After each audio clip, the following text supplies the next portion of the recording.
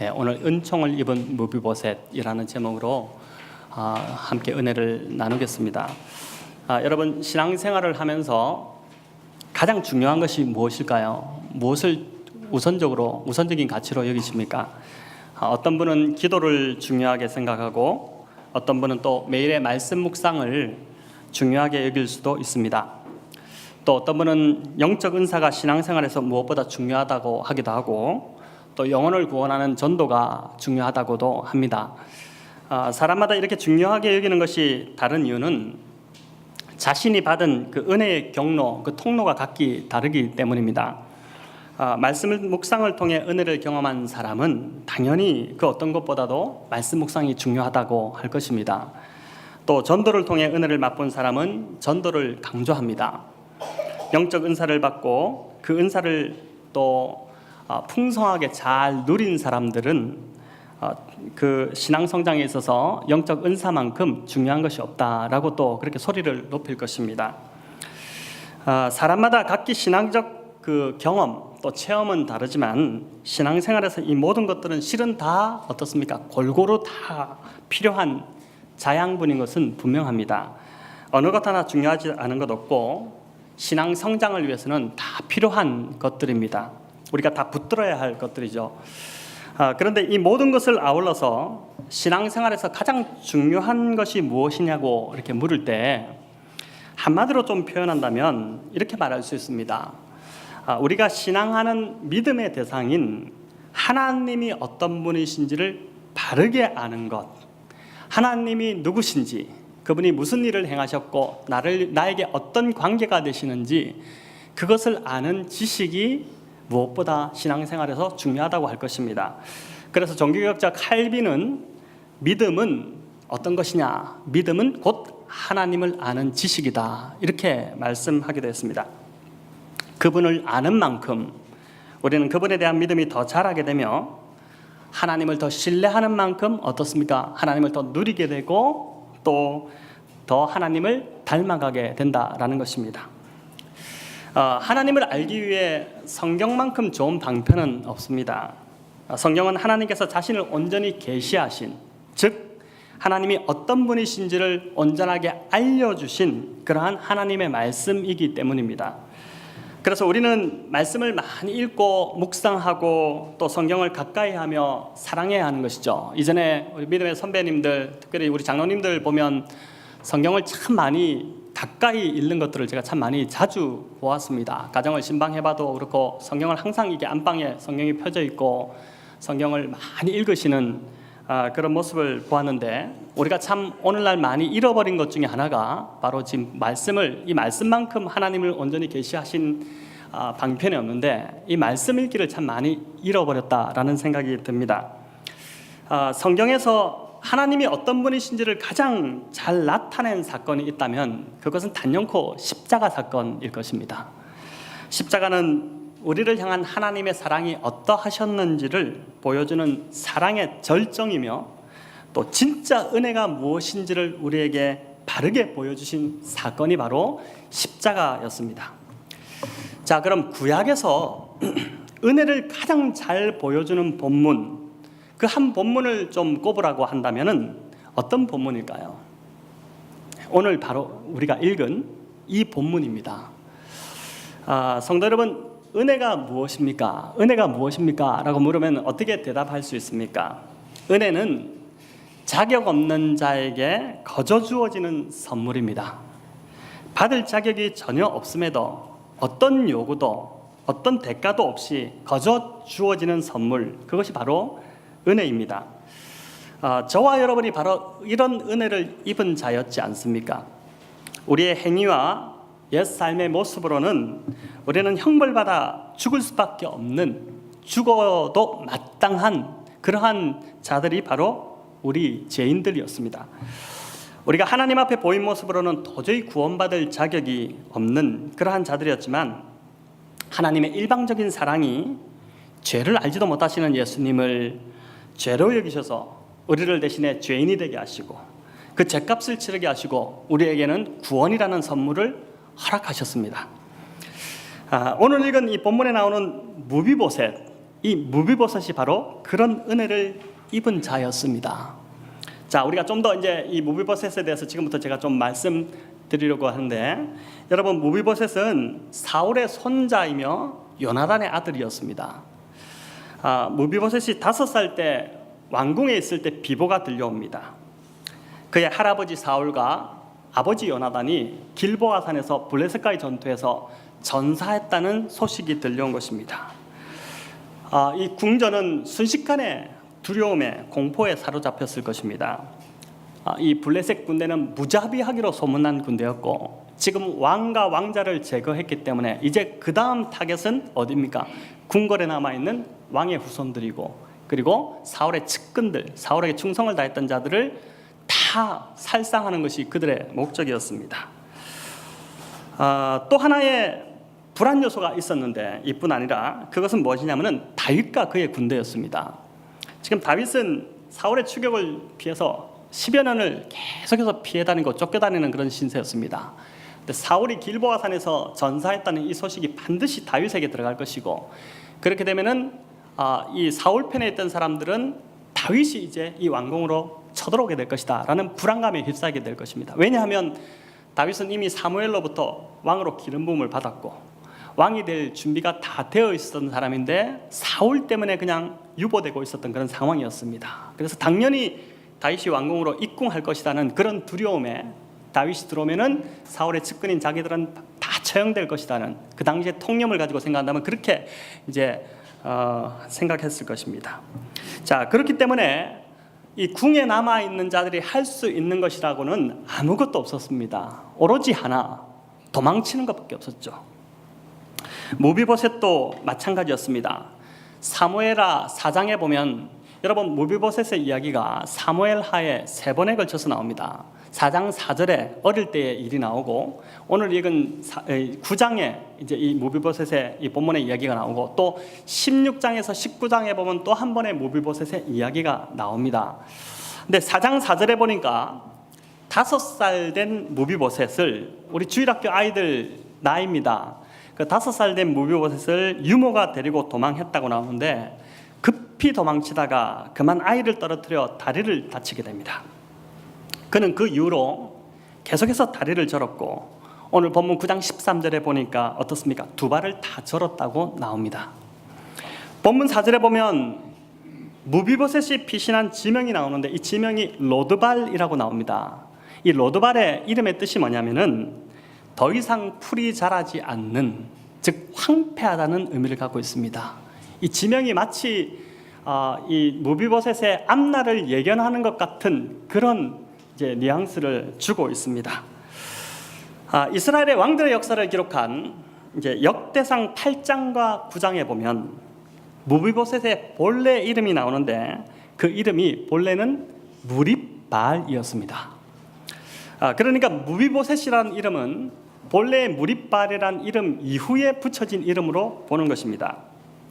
본 이름이 무립발이었는데, 이 이름의 뜻은 뭐냐면은 바울과 다투는 자라는 뜻입니다. 바울과 싸워, 바울과 대결하는 자라는 뜻이죠. 여러분, 이것은 그 아버지 요나단의 신앙 고백이 담긴 이름입니다. 자기 아버지 사울은 참 형편없이 하나님 앞에 범죄했는데, 내 아들만큼은 바알을 섬기지 않고 하나님을 섬기는 자로 살라고 무립바르라고 지었습니다. 그런데 그 좋은 뜻을 가진 이름이 무비보셋이라는 이름으로 바뀝니다. 여러분, 이 무비보셋의 이름의 뜻이 어떤 뜻이냐면은 지독한 치욕이라는 뜻입니다. 지독하게 부끄러움과 또 욕됨을 보이는 그런 삶을 살았다는 뜻입니다. 그는 그 이름대로 치욕스러운 이 삶을 평생 살아내느라 너무나도 힘든 삶을 살았던 것이죠. 자, 성인이 되었지만 그는 여전히 2발을 절뚝거려야 했습니다. 육체적 불구에도 힘든데 평생을 자신이 왜 이렇게 되었는지에 대한 그 쓰라린 이야기를 계속 들으면서 자랐지 않습니까? 그 이야기, 쓴뿌리와 같은 이야기가 내면에서 계속 더 심화되면서 이 사람은 그렇게 자란 탓에 육체뿐만 아니라 영혼도 지독한 불구자가 되어 있었습니다. 가장 고귀한 신분인 왕자로 태어났지만 현재 그의 삶은 가장 비참한 신세가 되어서 시골촌 구석에서 영혼과 육체가 다 불구자가 되어버린 그런 신세가 된 것입니다. 무비보셋은 자신의 이 모든 불행을 일으킨 장본인은 다윗이다 라고 그렇게 주변 사람들로부터 들으면서 자라났을 것이 분명합니다. 아버지와 할아버지가 블레셋 군대에 의해서 죽게 된 것은 다윗 때문이고, 또 자신이 이렇게 불구자가 된 것도 급하게 성전을 궁전을 빠져나올 수밖에 없었기 때문에 그러다가 다친 것 이 다윗 때문이다 이렇게 생각했고, 다윗이 지금 왕위에 오른 것도 하나님의 뜻 가운데 그가 왕위에 올랐지만은 이 무비보셋 입장에서 또 그 사람들 입장에서 볼 때는 사울의 왕권을 찬탈하고 그가 왕이 되었다고 그렇게 불평하며 다윗을 바라보았을 것입니다. 여러분, 이러다 보니까 다윗에 대한 피해의식이 얼마나 그가 깊었겠습니까? 무비보셋은 다윗이라는 이름, 이 다윗은 살려두지 말아야 될 대상이었고, 또 미움과 분노를 일으키는 평생 미움과 분노의 대상이 바로 다윗이었습니다. 이런 무비보셋에게 어느 날 다윗으로부터 보낸 사람들이 찾아옵니다.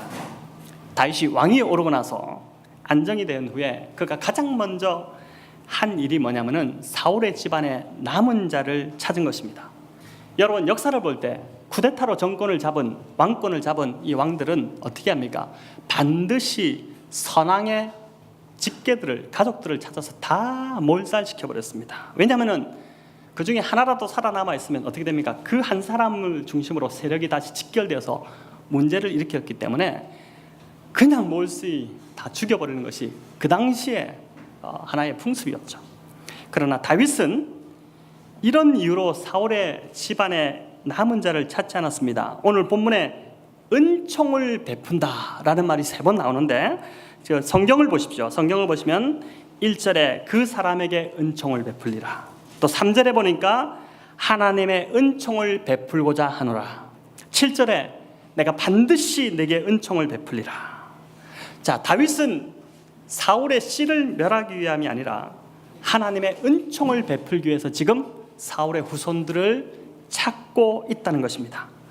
자, 여기서 말하는 은총, 이 단어는 여러분 어떤 단어냐면은 우리가 룻기에서 살펴본 헤세드입니다. 이 은총을 히브리어 원어로 보면은 헤세드라는 단어입니다. 여러분, 헤세드가 어떤 사랑이라고 했습니까? 제가 룻기 할 때 너무나도 많이 강조했죠. 지난번 서울영농교회 가서 설교할 때도 헤세드 이거로 설교를 하고 내려오니까 어떤 한 분이 오더니, 목사님 헤세드 의미를 확실하게 이해했습니다, 이제 이렇게 이야기하시더라고요. 여러분, 헤세드는 어떤 사랑이라고 했습니까? 의무를 넘어 더 베풀고자 하는 사랑입니다. 얼마나 착한 마음입니까? 100만 해도 의무를 다한 것인데 우리 100도 못하는 세상에 어떻습니까? 120, 130을 해서 더 베풀고자 하는 이 착한 마음이 바로 헤세드입니다. 그렇게 하지 않아도 됨에도 해주고 싶은 마음, 그게 그 사랑이 헤세드죠. 다윗이 이 헤세드의 사랑을 베풉니다. 그런데 이 헤세드의 사랑을 베푸는 이유가 있습니다. 그것은 바로 뭐냐면은 무비보셋의 아버지 요나단과 맺은 언약 때문이었습니다. 요나단이 누굽니까? 사울의 왕권을 물려받을 아들이었습니다. 그 다음 왕위를 물려받을 자가 요나단이었죠. 그런데 이 요나단은 그의 아버지 사울과 달랐습니다. 사울은 평생 질투와 시기로 가득 차서 평생을 참 그렇게 힘들게 살았는데, 요나단은 하나님을 아는 자였고 하나님의 사람이었죠. 그래서 그가 보니까 하나님의 뜻이 자신에게가 아니라 바로 다윗에게 있다는 것을 그가 깨닫고 어떻게 됩니까? 본인이 물려받아야 될 그 왕권을 다윗에게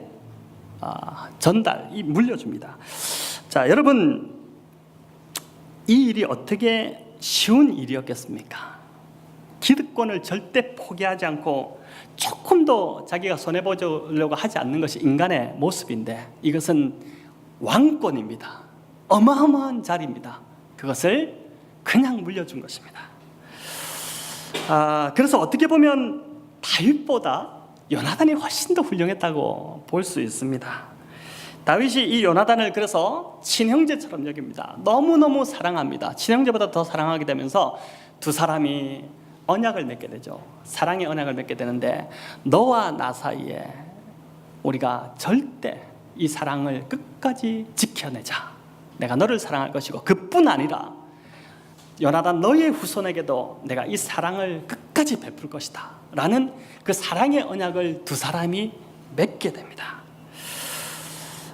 여러분, 이 내용이 이제 사무엘상 20장에 나오는데, 그런데 당연히 무비보셋은 5살 어릴 때 뭘 알겠습니까? 우리 둘째 은샘이 완전 개념 없이 이렇게 막 합니다.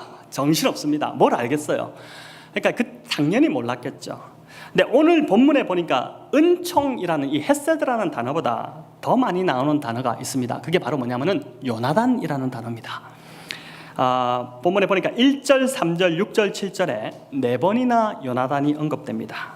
그러니까 다윗은 지금 요나단과 맺은 언약 때문에 무비보셋을 돌보기로 작정했다는 것이죠.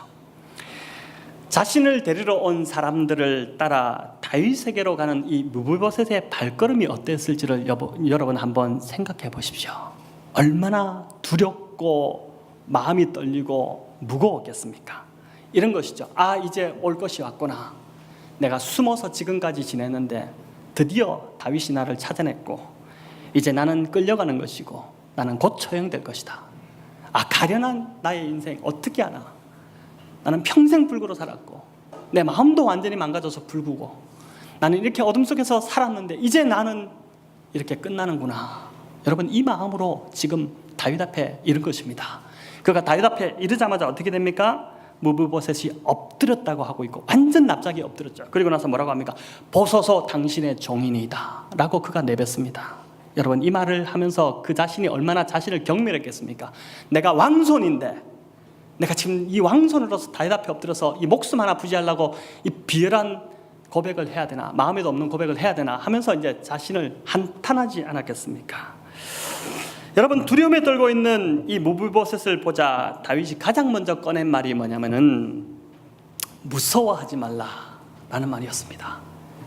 겁내지 말라, 이 말이었죠. 여러분, 7절을 같이 한번 다시 읽겠습니다. 다윗이 그에게 이르되 무서워하지 말라. 내가 반드시 내 아버지 요나단으로 말미암아 네게 은총을 베풀리라. 내가 네 할아버지 사울의 모든 밭을 다 네게 도로 주겠고 또 너는 항상 내 상에서 떡을 먹을지니라 하니. 자, 이 얼마나 반전의 은혜입니까? 무비보셋은 모든 재산을 다 되찾을 뿐만 아니라 항상 다윗의 상에서 식사를 하게 되는 영예를 얻게 됩니다. 여러분, 다윗 왕이지 않습니까? 왕의 식탁에서 함께 식사를 하는 것은 왕자들이 할 수 있는 일입니다. 이 말은 다윗이 지금 무비보셋을 왕자 중에 하나로 대우하겠다고 결정했다는 것을 뜻합니다. 자, 이런 호의를 받으니 무비보셋이 다시 왕 앞에 엎드릴 수밖에 없었죠. 도대체 제가 무엇이간데, 이 말씀을 보니까 죽은 개와 같은 저에게 이런 은혜를 베푸시나이까. 죽은 개와 같은 저에게. 여러분, 우리가 주님 앞에 설 때 이 고백이었지 않습니까? 우리가 벌레가 또맡은 이 죄인을, 그러면서 우리가 우리 자신을 치면서 주님, 저는 그러한 존재입니다, 이 고백으로 우리가 은혜를 경험했지 않습니까? 지금 무비보셋이 다윗의 헤세드의 사랑을 받으면서 은혜를 경험하고 있다는 것을 보여주는 한 구절인 것입니다. 실제로 그가 다윗을 위해 할 수 있는 것은 아무것도 없었습니다. 왜 그럴까요? 그는 두 다리를 쓰지 못하는 장애인이었기 때문에 왕궁에서 그가 뭘 하겠습니까? 누가 부축해주지 않으면 그는 움직일 수 없는 존재입니다. 또한 그는 그렇기 때문에 군사로 지원해서 다윗을 위해 싸워줄 수도 없습니다. 그가 다윗을 위해 할 수 있는 것은 아무것도 없고 오로지 식량만 축내는 것이 그가 할 수 있는 전부였지 않습니까? 그의 행위로는 다윗에게 이런 은혜를 입을 이유가 전혀 없지만 그의 행위가 아닌 오직 그의 아버지 요나단과 다윗이 맺은 그 사랑의 언약 때문에 그가 은혜를 입게 된 것입니다. 행위가 아닌 오직 언약 때문에 은총을 입은 것입니다. 제가 왜 서두에서 구약에서 은혜를 가장 잘 보여주는 본문이 이 본문이라고 했는지 이제 좀 이해가 되실 것입니다. 자, 이 본문을 가지고 우리는 이런 상상을 해볼 수 있습니다. 무비보셋이 다윗에게 받아들여졌지만 왕궁에 살면서 가끔 불안하지 않았을까? 이런 상상입니다. 혹시 다윗이 과거를 생각하다가 어느 날 문득 갑자기 화가 막 치밀어 올라서 무비보셋 어디서 데리고 와, 죽여버려, 이렇게 하지 않을까? 또 다윗이 잠을 잤는데 꿈에 사울이 나타나서 막 괴롭히는 꿈을 꾸고 일어나서 안 되겠다, 죽이자, 이렇게 하지 않을까? 또 하나는 사울의 잔당들이 남아서 막 이제 다시 사울 왕국을 재건하기 위해서, 그 영화를 다시 일으키기 위해서 그렇게 할 때 어떻게 됩니까? 남은 혈통 유일하게 무비보셋인데, 그 무비보셋을 찾으러 갈 때 다윗이 보고 이거 안 되겠다, 얘를 죽여야겠다, 결국 죽이는 게 맞구나, 괜히 살려줬구나, 이런 마음이 들지 않을까라는 생각에 그가 불안이 순간순간 찾아왔겠죠. 또 하나, 그는 이런 의심도 있었을 것입니다. 다윗이 나를 왜 이렇게 선대할까? 아니, 선대할 이유가 하나도 없는데 이것은 분명히 다른 계략이 있고 속셈이 있을 거야, 이렇게 생각할 수도 있고, 또 나를 궁궐에 잡아둠으로 구테타를 일으키지 못하게 하는 것이고, 사울의 왕권을 복원하는 자들을 나를 통해서 감시하려고 하는 것밖에 안 될 거야, 이렇게 이제 의심도 찾아왔을 것입니다. 자, 이런 불안감이 무비보셋에게 엄습해 올 때 무비보셋이 할 수 있는 게 무엇이었을까요? 두 가지를 생각해 볼 수 있습니다. 우리가 성경에는 없지만 하나님 주신 상상력으로 이 본문을 이렇게 상상해 볼 수 있습니다. 첫 번째는 힘을 키워서 맞서야겠다. 내가 나를 공격해 올 때 내가 살아남기 위해서 힘을 키워야겠다, 이렇게 할 수 있지만 지금 무비보셋은 두 다리를 다 못 씁니다. 힘을 키워봤자 뭘 하겠습니까? 아무것도 못하죠. 그렇기 때문에 또 하나 남은 방법은 뭐냐면은 다윗에게 더 잘 보이려고 애를 쓰고 노력해서 안정감을 얻으려고 했을 것입니다. 여러분, 다윗에게 또 아첨을 부리고 있는 것 없는 것 다 다윗에게 갖다 붙이면서 선물 공세하고, 또 그 앞에서 잘 보이려고 노력해서 다윗이 자기를 인정해서 더 이상 자기를 건드리지 않도록 하기 위한, 그래서 안정감을 찾으려고 했을 수도 있습니다. 그러나 다윗 입장에서 보면 무비보셋이 절대 이렇게 하지 않아도 됩니다. 그렇죠? 다윗은 지금 무비보셋의 훌륭한 업적이나 그런 업적도 없죠. 없지 않습니까? 아무것도. 또 행위 때문에 무비보셋에게 은총을 베푸는 것이 아닙니다. 이유는 단 하나, 요나단과 맺은 사랑의 언약 때문이었습니다. 어떤 일이 있어도 요나단뿐만 아니라 그의 후손들에게도 사랑을 베풀겠다고 한 그 언약 때문에, 그 약속 때문에 다윗이 헷세드의 사랑을 베푸는 것입니다. 갑자기 우리 사람의 마음이 많이 바뀝니다. 어떻습니까? 저만 하더라도 막 그런 것 같아요. 우리 아침에 품은 마음이 달랐다가 어떤 사람에게 한 소리 들으면 또 마음이 확 갑자기 상했다가, 갑자기 나한테 정말 잘해주는 사람이 어떨 때는 저 원수가 됐다가, 이렇게 되는 것이 우리의 연약한 모습입니다. 근데 다윗은 그런 감정의 상황 때문에 사랑을 베푸는 것으로 하지 않고 언약 하나 붙들고 어떤 상황이더라도 끝까지 내가 지켜내겠다는 그 약속을 지킵니다. 여러분, 불안이 엄습해 올 때마다 무비보셋이 붙들어야 할 것은 다윗의 마음에 들게 하는 어떤 행위나 업적이 아니라 요나단과 맺은 언약이었습니다. 그 언약을 묵상하면 되는 것이었습니다. 그 언약을 묵상하면 무비보셋에게 평안이 임했고 안정을 되찾을 수 있었던 것이죠. 사랑하는 성도 여러분, 삶의 불안이 찾아올 때마다 우리가 붙들어야 할 것도 바로 이 약속의 말씀들입니다. 우리가 실패하고 넘어질 때마다 기억해야 할 것은 예수 그리스도로 인해 저와 여러분이 하나님의 자녀가 되었다는 이 사실입니다.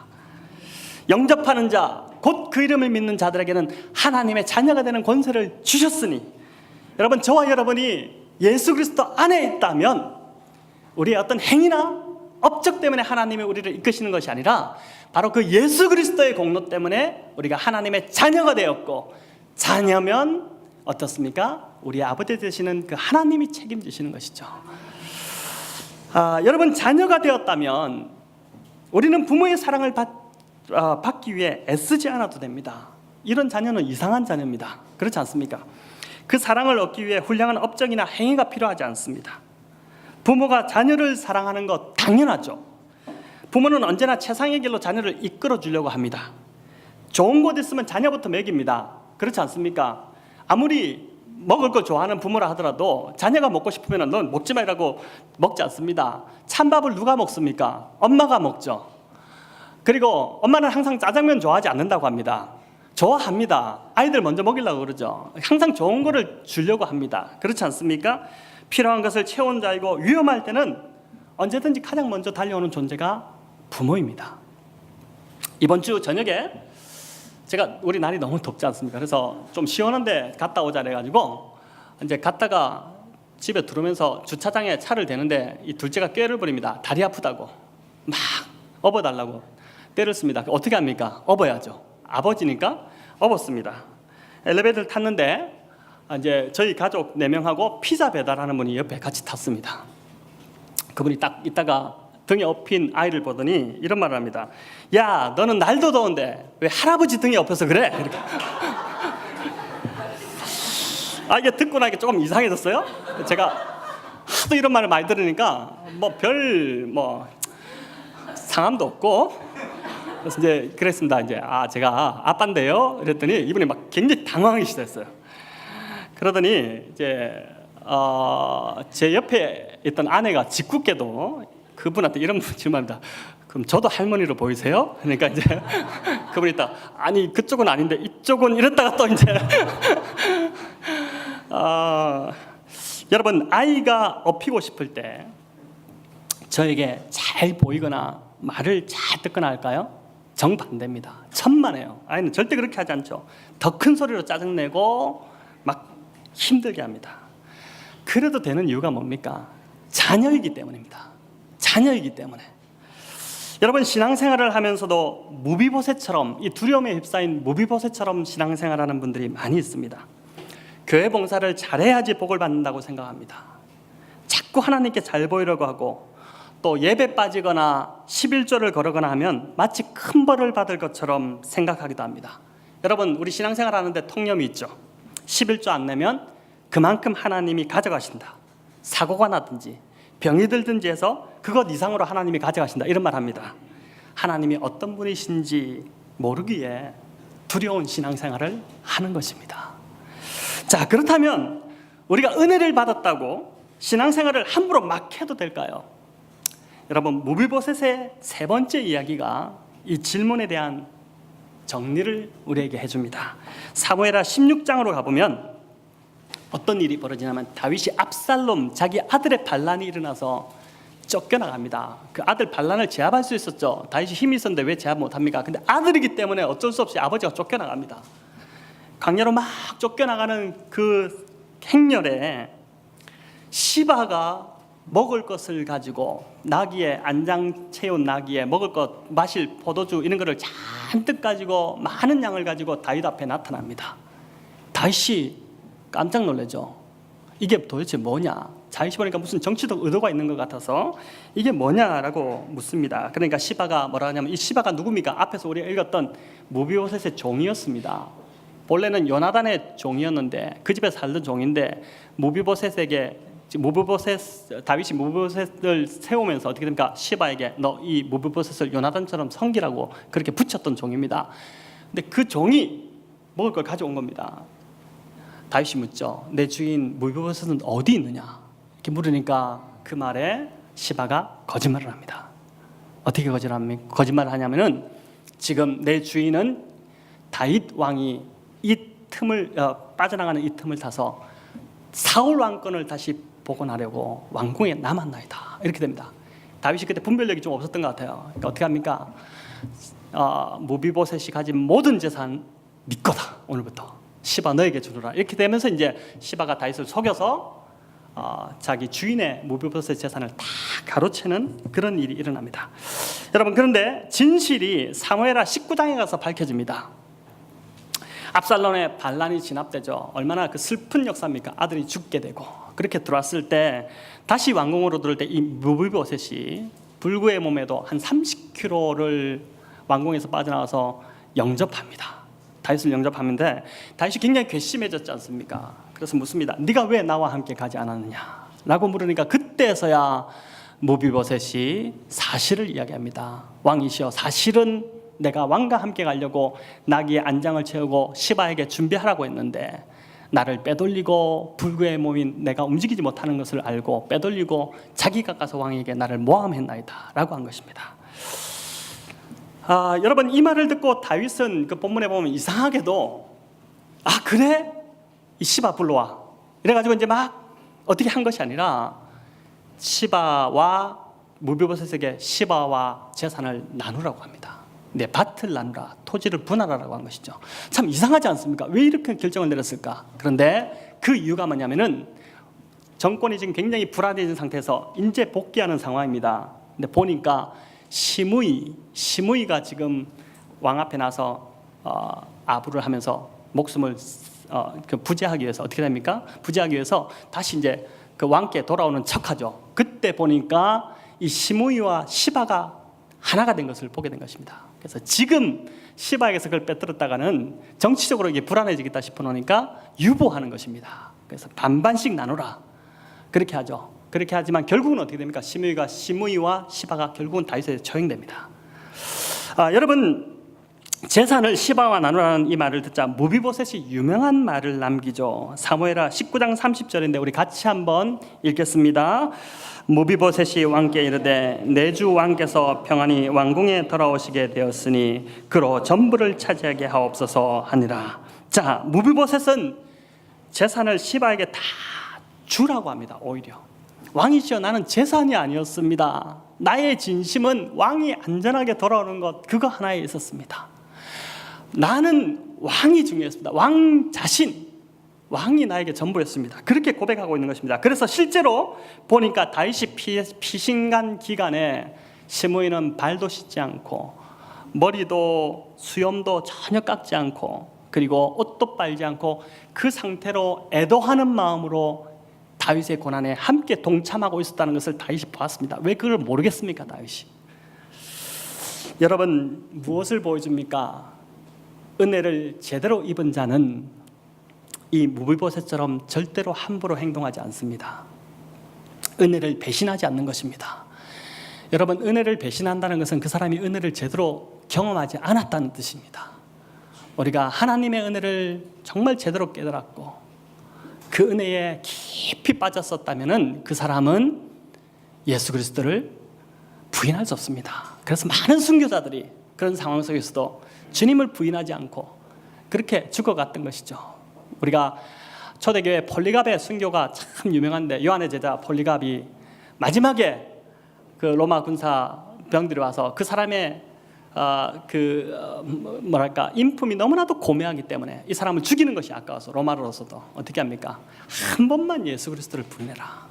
그러면 내가 살려줄게. 우리가 살려줄게. 당신 죽기에 너무 아깝다니까 그 노년의 폴리갑이 뭐라고 합니까? 주님께서 평생 나에게 선대하셨는데 내가 어떻게 그분을 부인할 수 있겠습니까? 그분이 지금도 나와 함께 계시는데 내가 어떻게 그분을 부인할 수 있겠습니까? 하면서 그가 화형에 처해지게 됩니다. 여러분 이게 은혜를 경험한 사람들의 모습인 것이죠. 은혜를 제대로 입은 자는 우리가 부모로도 자녀들 그렇지 않습니까? 지금은 아무것도 모르지만 그러나 아이들이 부모의 은혜를 알게 되면 결국 커서 다 효도합니다. 지금 우리 장로님 효도하고 계시죠, 그죠? 우리 네, 성도 여러분, 오늘 저는 이 말씀을 준비하며 하나님이 어떤 분이신지를 다시 알려드리고 싶었습니다. 하나님은 우리가 생각하는 것보다 훨씬 더 우리에게 가까이 와 계십니다. 우리가 현재 겪는 문제, 우리가 힘들어하는 것, 그것에 우리보다 더 관심이 있으시고 안타까워하시며 가장 좋은 길로 인도해 나가시기를 원하시는 분이십니다. 여러분 왜 그럴까요? 하나님의 우리 아버지시기 때문에 그렇습니다. 우리가 그분의 자녀이기 때문에 그런 것이죠. 여러분 이번 주도 계속 덥다고 합니다. 우리가 어디에서 낙을 찾고 힘을 얻겠습니까? 하나님이 우리를 변함없이 사랑하시며 그분이 우리와 함께 하시며 우리의 아버지라는 이 진리에서 힘을 얻으시기 바랍니다. 로마서 8장 우리 몇 구절을 같이 읽고 기도하려고 합니다. 로마서 8장 35, 38, 39절인데 우리 같이 한번 큰 목소리로 힘있게 한번 읽어보겠습니다. 누가 우리를 그리스도의 사랑에서 끊으리요? 환난이나 공고나 박해나 기근이나 적신이나 위험이나 칼이랴. 내가 확신하노니 사망이나 생명이나 천사들이나 권세자들이나 현재일이나 장래일이나 능력이나 높음이나 기쁨이나 다른 어떤 피조물이라도 우리를 우리 주 그리스도 예수 안에 있는 하나님의 사랑에서 끊을 수 없으리라. 아멘. 여러분, 우리의 모습은 이전에도 그렇고 지금도 별반 다름없이 두 발을 다 못 쓰는 무비보셋과 너무나도 비슷하다는 생각이 들지 않습니까? 여러분, 우리가 하나님께 기쁘게 해드린 거 별로 없습니다. 지난주 한번 돌아보세요. 우리는 하나님 기뻐하시지 않는 일만 골라서 했습니다. 이 무비보셋이 다윗에게 아무런 도움도 되지 않았던 것처럼 우리가 지금 하나님께 그렇게 사고하고 있습니다. 그러나 어떻습니까? 우리 자녀들 바라보는 것처럼 우리가 하나님의 자녀이기 때문에 그 사랑에서 우리를 끊을 수 없다는 것입니다. 여러분, 이것이 우리에게 힘이 되는 것이죠. 이번 한 주도 무더위 속에 하나님, 내가 생각하는 것보다 더 가까이 와 계시다, 내 옆에 계시다, 그 아버지 하나님께 좀 쏟아 놓으시면서 힘을 얻으시는 저와 여러분 되시기를 우리 주님의 이름으로 축원합니다.